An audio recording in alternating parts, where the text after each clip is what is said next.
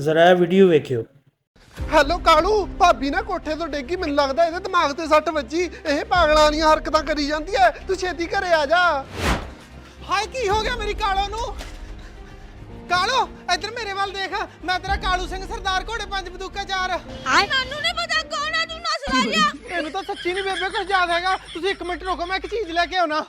ਓਏ ਕਾਲੋ ਆਹ ਦੇਖ ਆਪਣੇ ਵਿਆਹ ਦੀ ਫੋਟੋ। ਮੈਂ ਤੇਰਾ ਵਾਈਫ ਆ ਤੇ ਤੂੰ ਮੇਰੀ ਹਸਬੈਂਡ ਹੈ। ਕੌਣ ਆ ਤੂੰ? ਮੈਂ ਤੈਨੂੰ ਨਹੀਂ ਜਾਣਦੀ। ਇੱਧਰ ਬੜਾ ਫੋਟੋ ਬਣਾ ਤੇਰੀ ਮੈਂ। ਤੈਨੂੰ ਕਾਹਦੋਂ ਨਹੀਂ ਕੁਝ ਯਾਦ ਆ ਰਿਹਾ?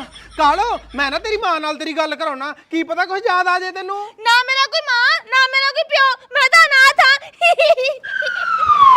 ਬੇਬੇ ਇਹਨੂੰ ਹੁਣ ਕੁਝ ਯਾਦ ਤਾਂ ਰਿਹਾ ਨਹੀਂ ਹੈਗਾ। ਜਿਹੜੇ ਇਹਦੇ ਦਾਜ ਵਾਲੇ ਬੈੱਡ ਨੇ, ਤੈਨੂੰ ਪਤਾ ਨਾ ਉਹ ਮੇਰੀ ਭੈਣ ਨੂੰ ਕਿੰਨੇ ਪਸੰਦ ਸੀ। ਕਿਉਂ ਨਾ ਮੈਂ ਇਹਦੇ ਬੈੱਡ ਚੱਕ ਕੇ ਆਪਣੀ ਭੈਣ ਨੂੰ ਦੇ ਆਵਾਂ।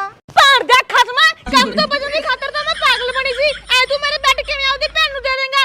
ਹੱਥ ਲਾ ਕੇ ਦਿਖਾ ਮੇਰੇ ਬਿੱਡਾਂ ਨੂੰ, ਤੇਰੇ ਹੱਥ ਨਾਲ ਵੱਢਦਾ ਮੈਂ। ਕਿਉਂ ਨਾ ਬੇਬੇ ਆ ਗਿਆ ਨਾ ਸਾਰਾ ਕੁਝ ਯਾਦ ਇਹਨੂੰ।